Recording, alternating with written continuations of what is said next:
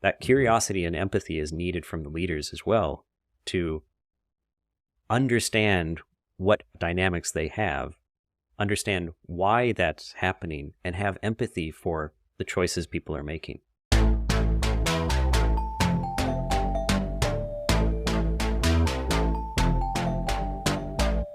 Hello, and welcome to the Tactics for Technical Leadership podcast, the podcast where we discuss, evaluate, and teach how to be a better technical leader in a technical organization.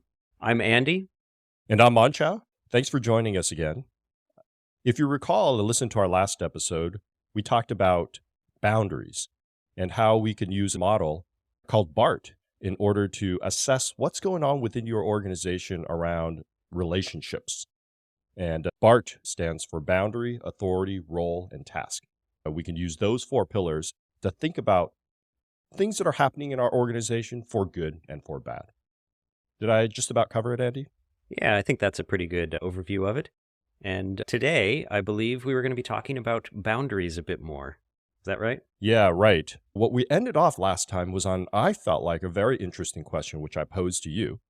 So let me summarize again, kind of the end of our last episode. We basically ended by saying, hey, it's important to use BART to assess situations. And if you could do that in real time while the situation is happening, you could even start to write down your agreements around, hey, what are the boundaries? What are, what is the authority, or what authority is given to specific parties within your organization, which I thought was very, very interesting. And so I asked you, Andy, at that time, how long do you think these agreements that you write down should last? Is it okay if they are very transient? They last for a day or 2 days, or do they really need to last longer, weeks, months, years, in order to be useful?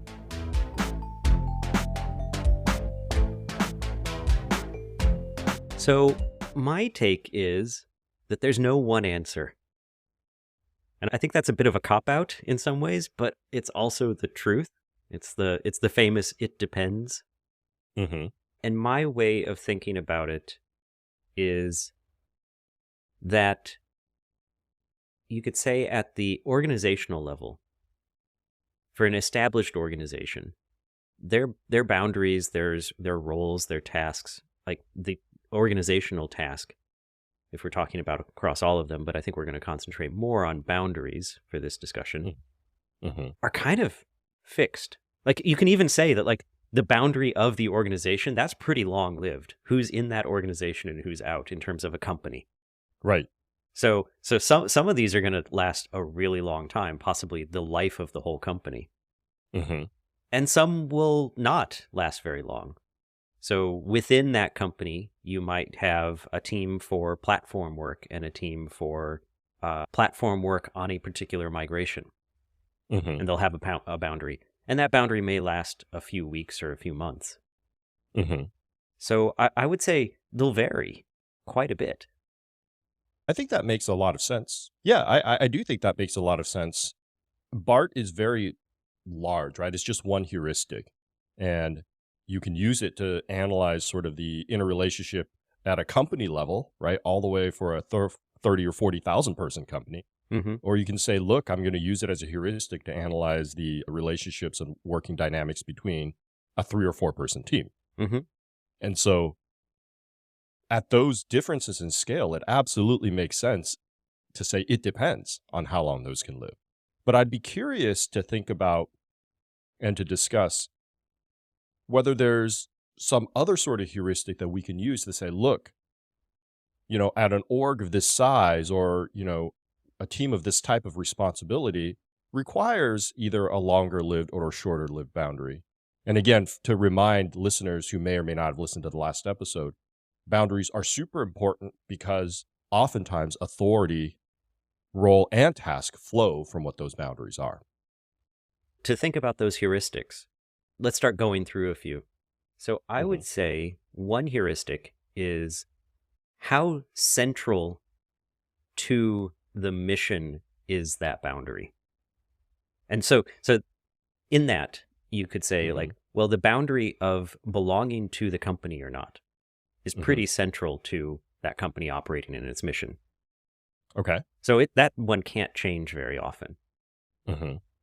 But whether or not I'm on the Avengers team or I'm on the Silver Surfer team, thinking Mhm. of one set of team names used by some teams that I worked with, Interesting. Okay. that boundary isn't actually all that tied to the mission of the organization. Mhm. And so that one can change pretty often, pretty easily. And so I would say there's one axis there of like how central to the mission is this boundary. Mhm. Okay. That's interesting. Let's dive into that a little bit more because I think there's a lot to discuss there. It feels like what you just said, and do correct me if I'm wrong, is that team boundaries, I as an individual developer, do I belong to team X or team Y? You feel like those can change frequently. Yes or no? I do. I actually do believe that Okay. those can change Okay. quite often. Your question makes me think that you believe that they can't change quite often. Is that right? I don't know if that's true, but let's say for the moment it is because I do tend to lean more towards stable teams in some ways. And so let's I don't want to use the word debate. Let's discuss this a little bit. Why do you feel like well, maybe I'll start. I have maybe what is an older school belief or what I don't know how to state it, but so I'll start. So I think teams need to be longer lived because I believe that there's team dynamics in play that surface the longer you're with people. We hear a lot about forming, storming, norming, performing Mm-hmm. in terms of saying, hey, when a new team is built, first they're formed, right? And then they storm. And that storm is really important and I think lasts a long time. And a big part of that is how do you work with all of these members of your team? What are the rituals that you're creating? Personalities and how do you mesh them? That sort of a thing, right? And I would say not only can it last a long time, but it can be exhausting. It can be Absolutely. personally a huge drain on people as they find these things that they thought were just accepted, and they discover that the people they're working with don't believe the same thing. And there's a reason they call it storming, right? I don't remember, or I don't know actually who came up with this term, but I really like that second one, storming, because I think it captures it so well. You're trying to get something done, but it's like a storm is brewing in your midst, and you feel unproductive at times, Mm-hmm. right? You feel broken apart at times, and so that part I can see how also makes it feel very frustrating. So the forming, storming, norming, performing thing, there's been a lot of research done on sort of the neuroscience of trust and how do you decide who to trust Mm-hmm. and how important high trust organizations are. And a lot of these things lead me to believe, based on what I read and what I've seen, that the longer an organization of a group of people are together, the better they can weather these things and strengthen the important connections and sort of ignore the unimportant connections. Mm-hmm. And so that is my bias for longer living teams. And I agree with everything you say. And I think I diverge in what that ends up meaning. So I agree that there is in the act of putting a team together, there are these stages that can be very draining. Mm-hmm.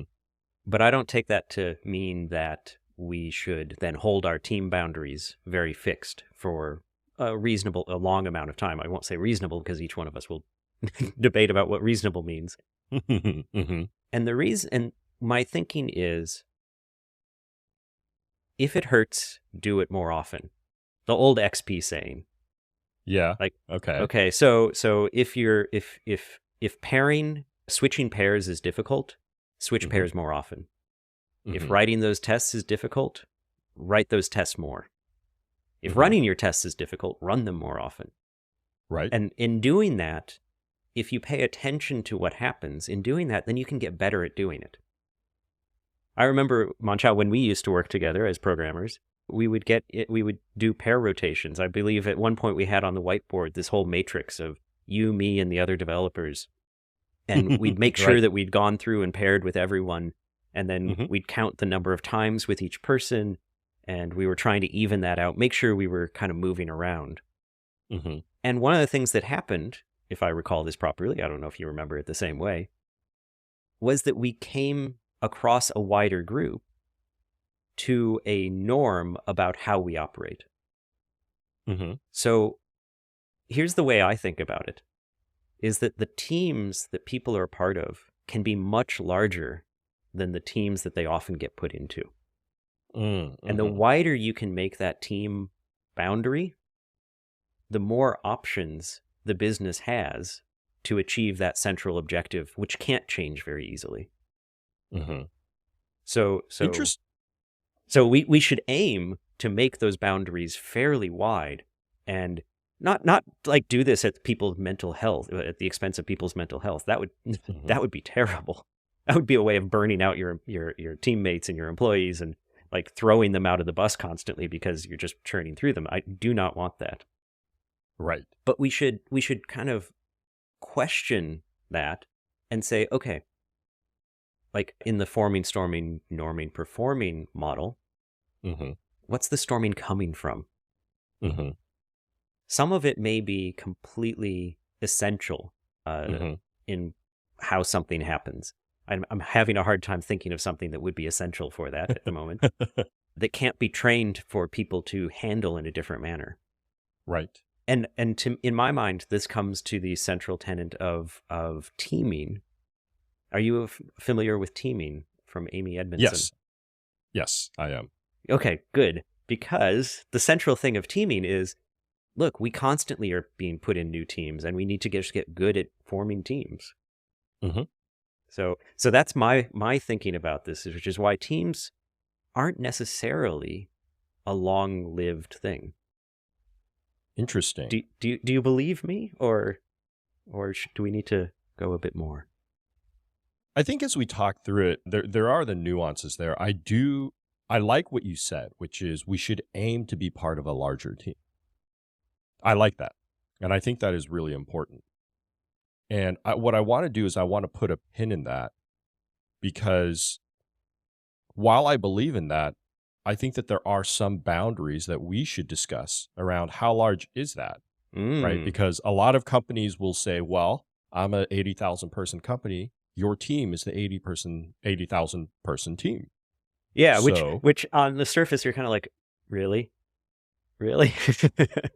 and there's things to talk through on that, which I hope we'll get into if we have time. This idea of, and maybe we actually covered it on the last episode, I can't remember a little bit. This idea that, you should always do what's best for the company. Right? Oh, And I don't so we remember us talk, going into that, but that is a very, and I think that does start creating a barrier for some of these things. right. I think it's very interesting in the context of survival tasks, where when you say, hey, but if your team is the size of the company, then your survival task is the survival of the company. So it doesn't matter if you're doing a survival task, right? But let's get into sort of the sizes of that and how teams can reasonably be, and then whether we need to create boundaries there. I did want to touch on 2 points that you said that I thought would be good to discuss. I do agree with the central XP tenant. You might not be surprised because we both kind of grew up in that world, right? Yep. So if it's more difficult, do it more. But I only agree with that insofar as the more you do it, you can actually make material improvement. Right. Don't set yourself up for failure to say, like, I'm trying to think of something. Don't put yourself into harmful psychological positions constantly just because you think that you should do it so that you get better at it. Like, you might get a bit better at it, but it's also irresponsible for yourself to put yourself into those positions, or for your manager to put you into those positions. Right. I think for yourself and your team, Yeah. right? And you mentioned the manager, right? And I think maybe one part in which we differ, you mentioned that perhaps there's some parts of the storming part of the forming, storming, norming, performing cycle, which are actually positive insofar as you discover that you may need to do it, or you discover you may optimize that out and have a different way of doing it. I tend to think that a lot of that cycle is not that. Okay. that it's a lot of stuff that you can't happen. Sorry, stuff that you can't help but happen when any group of new people get together. And that the idea should be to optimize that cycle down to as little as possible. And I don't know that doing it more helps you materially optimize that down Okay. for your group. Okay. And what's very interesting is in my experience, I have seen people wrestle with this a little bit.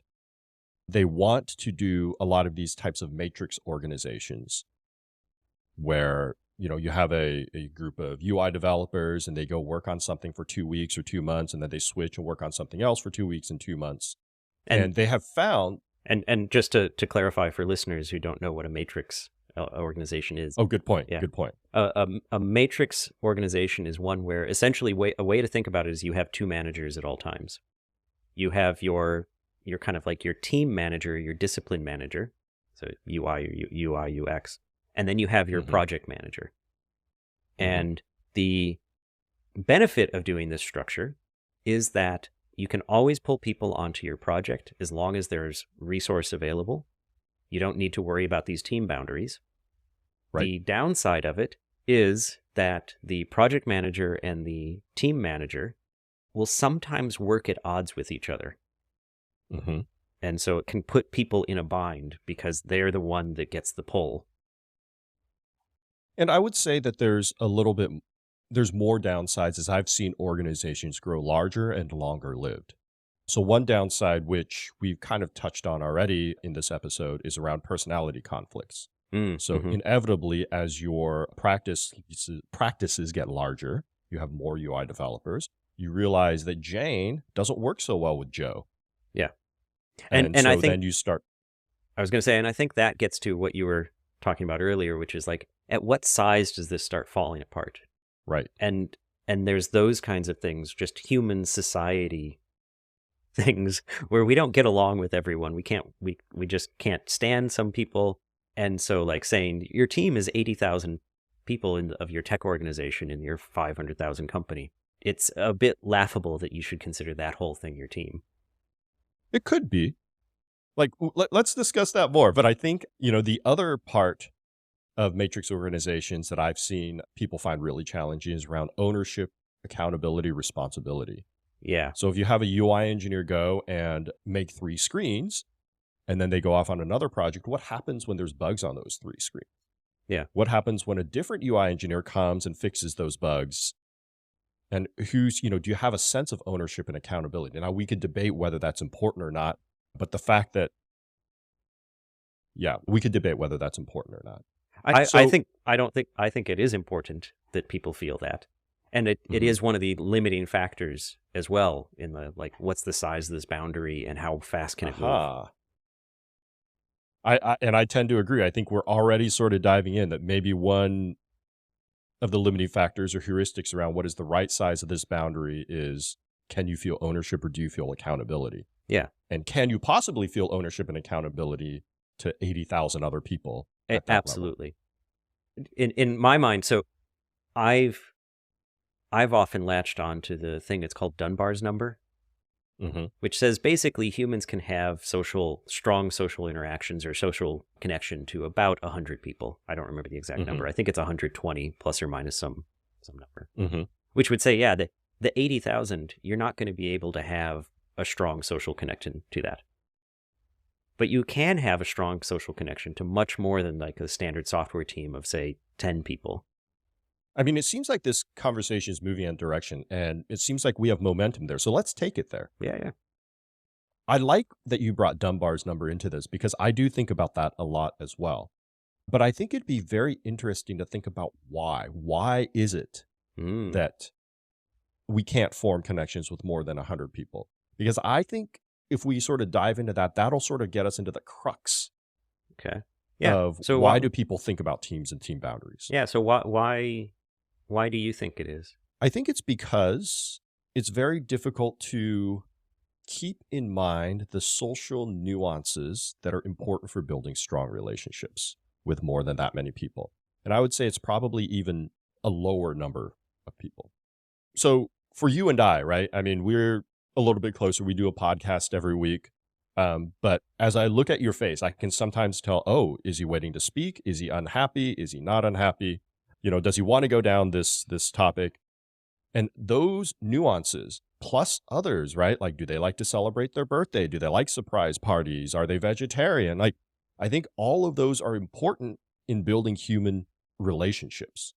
And I Hmm. think what I would posit is that it is the human relationship part that makes a team. You have to feel related, Yeah. and you Yeah, have you to have to feel feel. that you have. I've heard a definition of teams as they are groups of people who share a problem. Mhm. And that's kind of like part of the feeling related, that Mm. you share a problem. And if you don't feel related, you won't feel like you share. You may actually, like from the business perspective, share the problem. But if you Mhm. don't believe it, you're not going to feel like you're on the same team.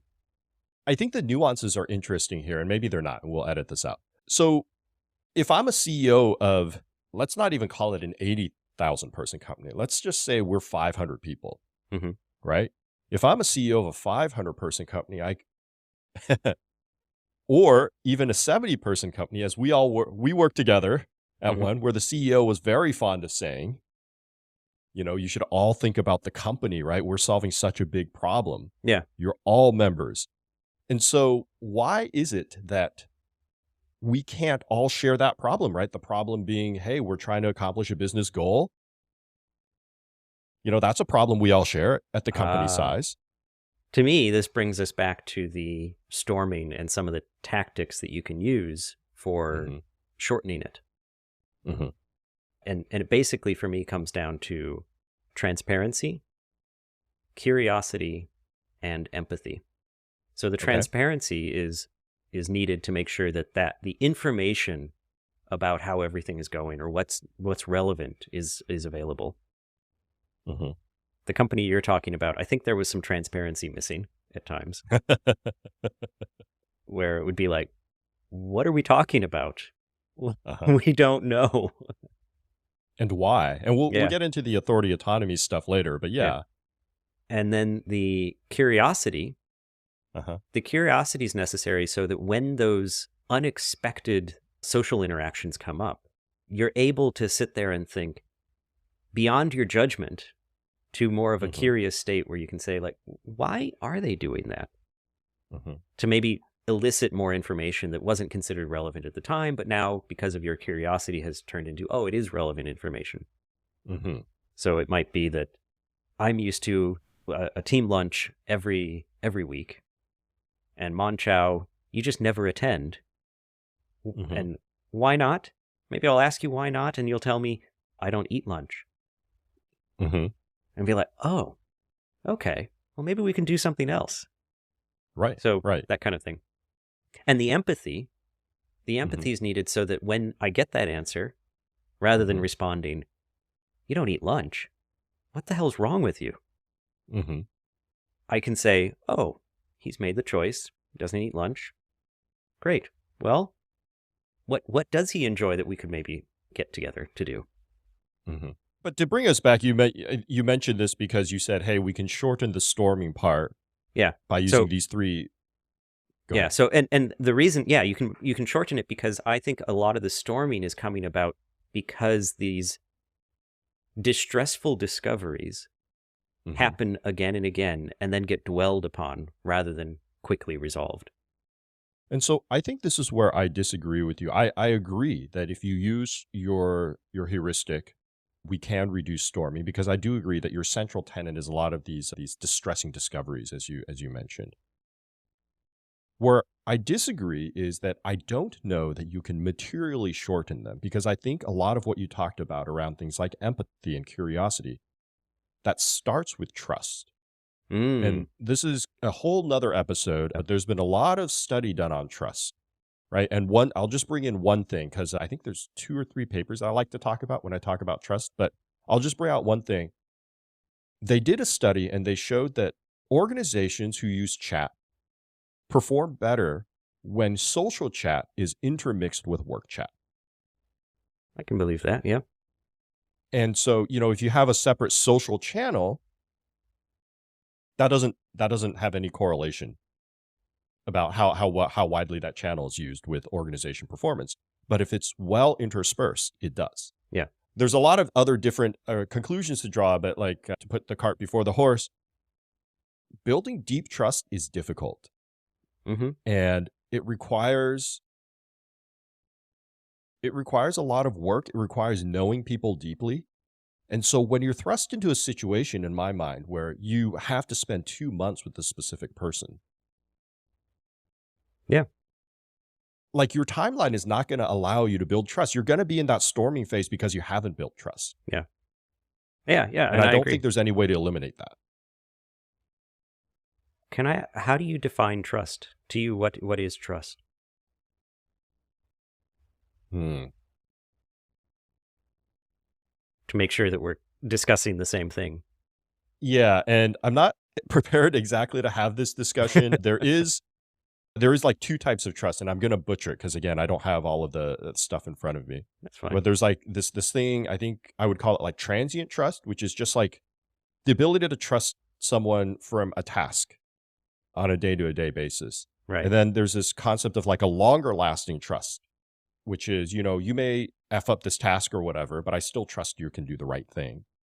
And I think what we aim for higher performing orgs is building that longer term trust, because the short term trust is easy to build. Yeah. Right? I can put a matrix together for you. I can write down your accountabilities, and I can say, hey, you met these last week, you met these this week. I'm starting to trust that you can do that, right? Yeah.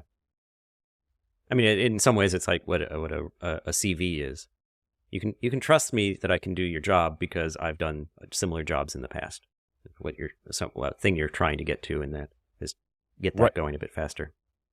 Right. Okay. And so I think in the storming model, you can use that short-term trust to build trust all you want, right? And I think, but the long-term trust will be missing. That kind of and more that will cause fundamental.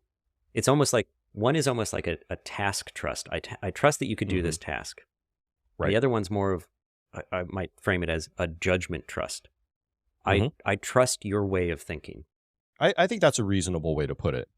Considering this is the first time I've heard this distinction, I'm trying to fit it into my way of thinking at the moment. So yeah. And I mean, I think it's more, you know me, and listeners will slowly know I like to talk in grandioses. I like to think in terms of, organizations and concepts and stuff. But it is about, I think about it as trust of yourself as a human being and everything you bring to the table.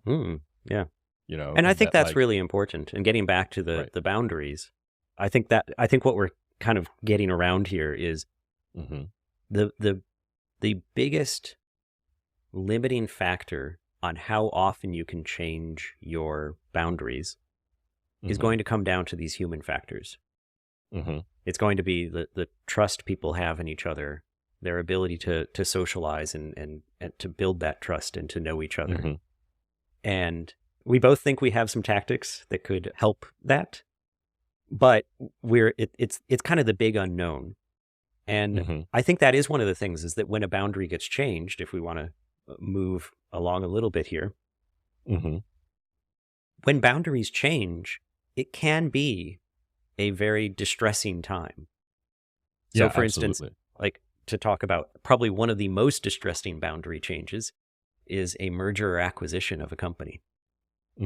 I went through this twice working at Tim Group, to name a place that I've worked, where we got bought by a company, and then that company got bought by another company.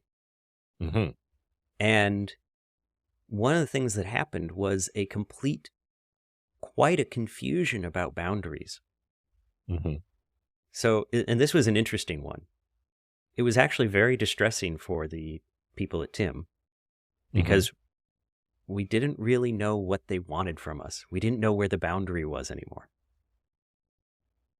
Okay, give me an example. So the software team in Tim had very much this change our team boundaries all the time approach.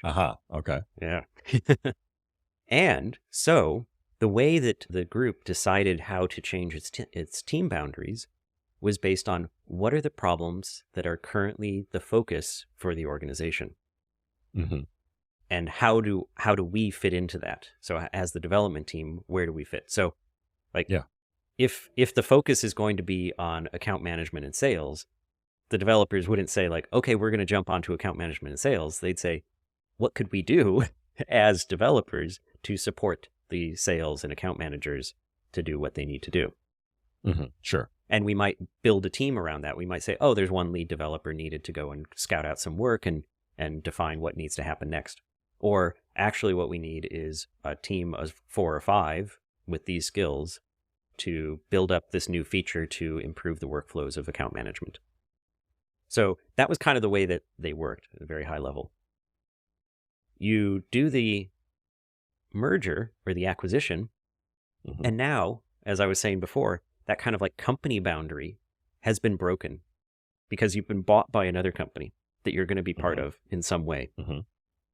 So the very first thing that the team started doing was going out and asking, how can we use our specialties to assist this company? Okay. And yet that company didn't want that. They said, keep acting as though your boundaries are still intact. Okay. Without using those words. Right. They said, keep doing what you do, actually. But that was confusing because what they did was constantly redefine their boundaries to work on what's the most important problem. And so that's kind of like a story of boundaries and all of that. And one of the things that came out of that was some people were quite willing to just say, okay, they don't want us to do this. Others were a bit more upset. They're like, but we can see that you need help in this area and that we could use your data to do this. Why don't you want our help? And grounded a little bit, and Tim Group was how large, and how large was the acquiring company? Ah, yes. So I'll stick to the size of the development teams, since the larger companies are quite different because they're very different kinds of organizations. Tim was a team of about 15 developers. Okay. And the other company was a group of about 80 developers. Okay. So a size difference, but not insurmountable size difference. Yeah, I think you're right. Mergers often are times when I think there's a lot of churn, right? Not just in the forming, storming, norming, performing, but even if we go all the way back to BART, your boundaries are changing. Your authorities, your granted authorities, are changing. Your roles and tasks are changing. And you've lost control over your IT. You don't have authority over your IT anymore, possibly. And often people are wary of sort of laying it out explicitly, feeling like there's too much command and control and whatnot, but that's probably what's needed. And I was going to say, and I think I've always heard a rule of thumb that after a acquisition, you should expect about 30% of people will just decide to leave. Yep. And I think one of the reasons, going back to what we were talking about with the identity and the social issues and all of that around how fast can you move boundaries, I think one of the reasons is because what happens during those acquisitions is that suddenly that boundary that has not changed for people, felt like the most stable of all of the boundaries, has changed on them. And they're now at this point of asking themselves, do I want to go through that for this new boundary? That makes sense. So maybe I can summarize a little bit about what we kind of agree to, maybe what we don't, and then what we want to discuss for this last part of this episode. It feels like we're aligning to a point where we're saying there's a lot of different types of boundaries. We know this. Yeah. We talked about this last episode as well. And I feel like we're aligning, we're saying, hey, boundaries can change all the time up until you hit that trust, that long-term trust boundary, whatever that is. Yeah, I think I agree with that. Yeah. Once you get there, you don't want to change the long-term trust boundary all the time. So whatever that is, whatever size, whatever heuristic you use, right? Is that does that sound about right? I think that sounds right to me. And putting it that way, I really like that.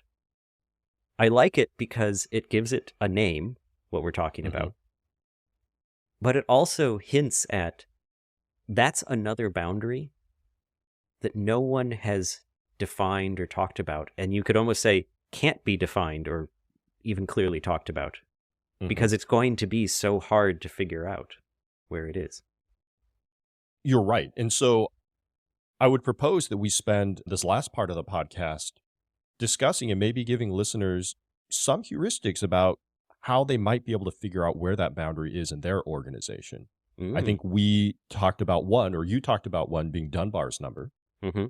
right? And perhaps that's the easiest sort of base level thing where you can say, look, if your org is above the Dunbar's number, like that org should not be changing all the time. Like that boundary of that org, Yeah. or those people, let's not even call it org, those people should stay together Yeah. as long as possible. Yeah. And I know, what is it? Gore, the Gore Corporation? As far as I understand, I could be wrong, they actually organize around that. They create their Interesting. departments, their groups based on that number. And if that group starts growing too large, they'll split to make two new ones because they believe that Interesting. number so much. Interesting. Huh, and I don't know what the Gore organization does. Gore-Tex. Gore-Tex. Yeah, Okay. that company. Okay. Not a technical organization, but still an organization nonetheless. Yeah. And when we talk about these things around trust and boundaries, that's not confined to technical organizations, right? These lessons can be learned throughout. Yeah, so definitely Dunbar's number. Do you have Okay. do you have any other heuristics or ways of identifying where that boundary is that you can think of? I use one, and I think it's probably a little more nuanced than Dunbar's, but it's still a little bit difficult and will be applied differently to different situations. So one thing I talk a lot about when I talk about org building is an organization, and let's not discuss right now exactly what it means by organization, but a group of people, an organization needs to be able to have what I call the AAAs. They need to be able to have authority over what they work on. They need to be able to have the autonomy to do the work the way that they want to. And they need to have accountability on what they produce.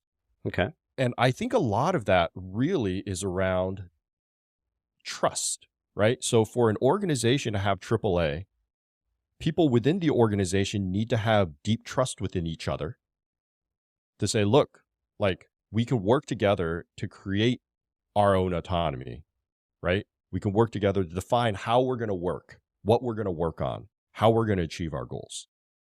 Right. So your assumption in AAA is that there's close collaboration to enable that within that group. Yes, absolutely.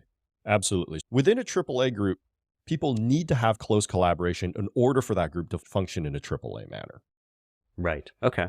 And in order to have strong collaborations, you need to have that long-term trust between members. And so that's often how I think about it. I think AAA organization, whatever that is, needs to be long-lived. Below that, you can shift as much as you want, but people already know where they're being shifted into, right? Like, let's say it's a 100-person organization, and let's say those 100 people already have deep trust within each other. That's what makes them a AAA organization. Then you could say, well, Jane and UI work with Joe from platform. That storming part is gone. Basically is done already. They already know how they work. Absolutely. And so then from a business context, I often think that you take a AAA organization, whatever size that is or whatever, and it can be different sizes, right? Some AAA organizations are 20 people because of the type of work and their expertise and the type of personalities, and some could be 50 people or whatever. But you have these AAA organizations. And then I think in order for them to truly have AAA and be autonomous and have accountability and have authority, they need to have a KPI or some sort of OKR that they are responsible for, and then have the freedom to execute how they need to execute. Mm-hmm. And so then I start to think about, because those orgs have to be longer lived, the KPIs also need to be longer lived. And so we start to arrive at this way of building organizations where you say, what is my company's longer lived KPIs? I might change my tactics, right? And maybe this is more difficult for a startup, which is, according to some people, if you do it right, can change your product every day based on customer feedback. But for most companies beyond the initial stages, you kind of know what your central tenets are. You're selling something, right? So you have a team that has to do sales or e-commerce. You're shipping something, you have to ship, right? And so I think then you start to I would say my guidance would be you start to think about your long-lived KPIs, those ones that don't change regularly, and then you attach them to long-lived teams that have AAA. Does Right. that make sense? Or I think so. I don't think it quite got to the how do you identify that long-lived trust boundary. Or maybe it does. It's more of like how do you design? I think you were going more along the lines of how do you design where that trust boundary will appear? right. And what I was thinking was how do you identify where it is? Mm, Because once you've I see. designed where it will appear, where you want it to Mhm, appear, it mhm. may not necessarily appear there. It may be that within that AAA group, they found a way of working as two separate trust boundaries. Yeah. This And is so what I was thinking, the way I was thinking about it, I love your Mhm, idea though. I think that gives great guidance on like, okay, this is how you can think about structuring a group. mhm, What I was thinking was that if you wanted to diagnose where has your trust boundary appeared, mhm. you alluded to it earlier when you mentioned the social interactions, the social chat being Okay. interleaved with the work chat. Mhm, I think it's you map out social interactions. Basically, you pay attention to mhm, who spends time with whom, mhm. and that will start giving you the clusters. You can think of this a bit like a data science problem, and it's a clustering problem. Right. How do you cluster people together based on the data of that they trust each other? Well, Mhm, the one of the biggest indications that they trust each other is that they'll willingly interact with each other.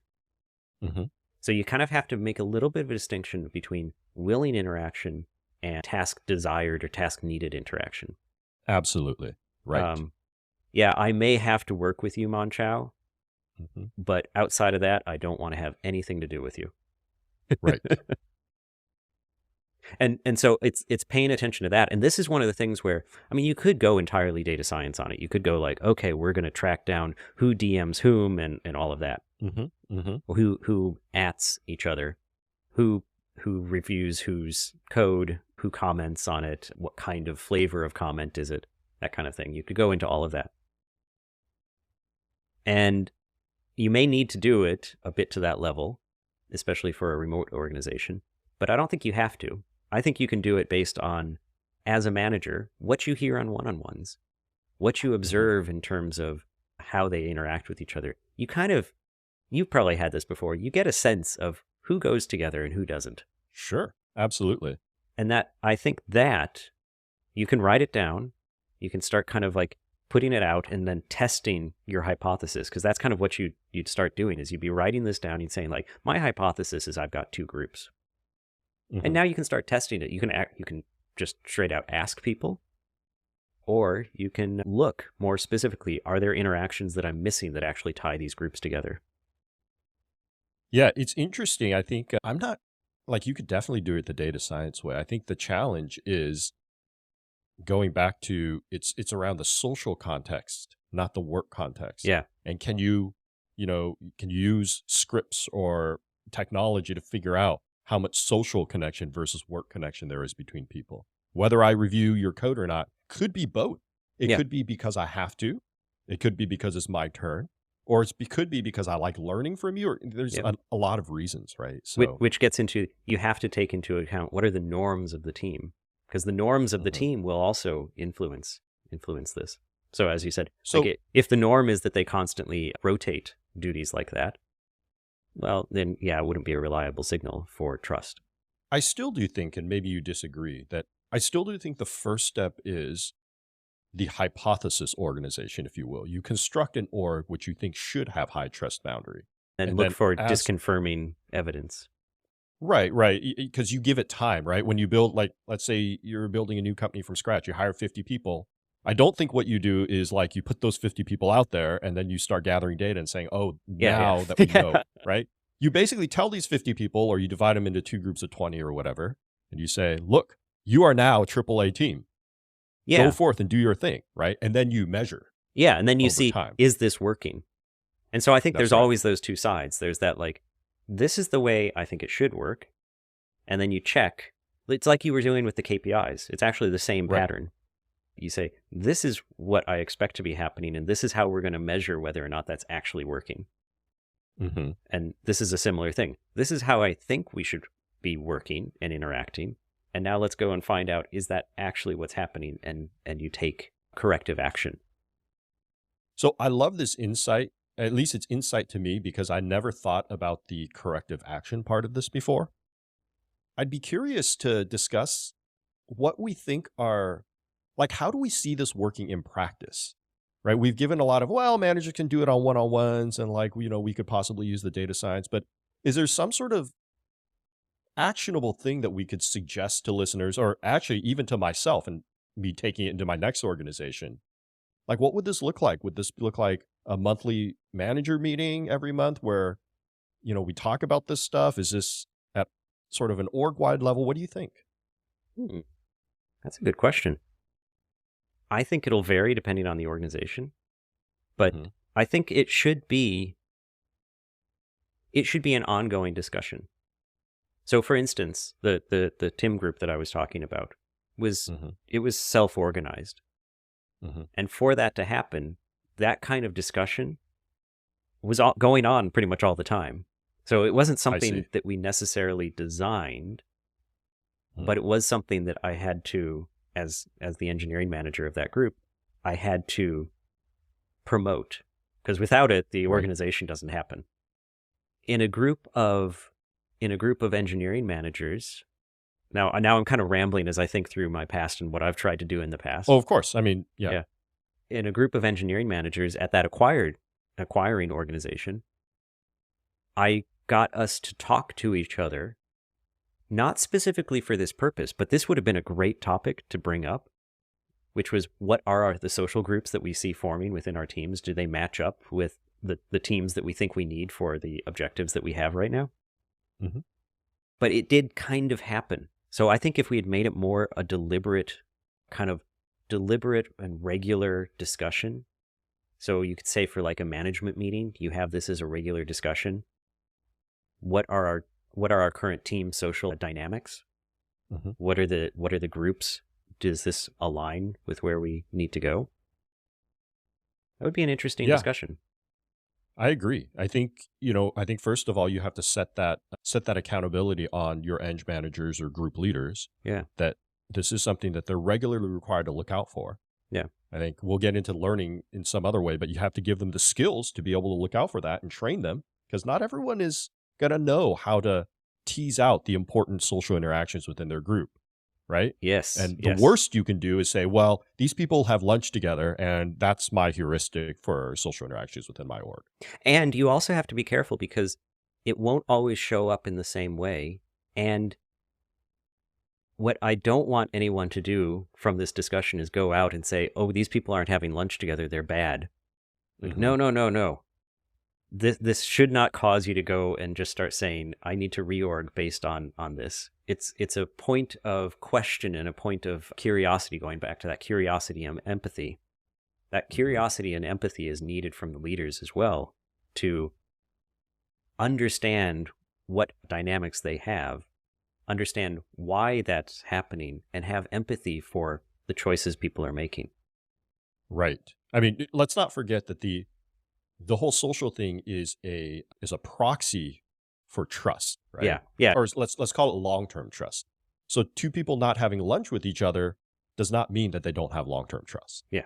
And so, to your point, the empathy and curiosity is important there.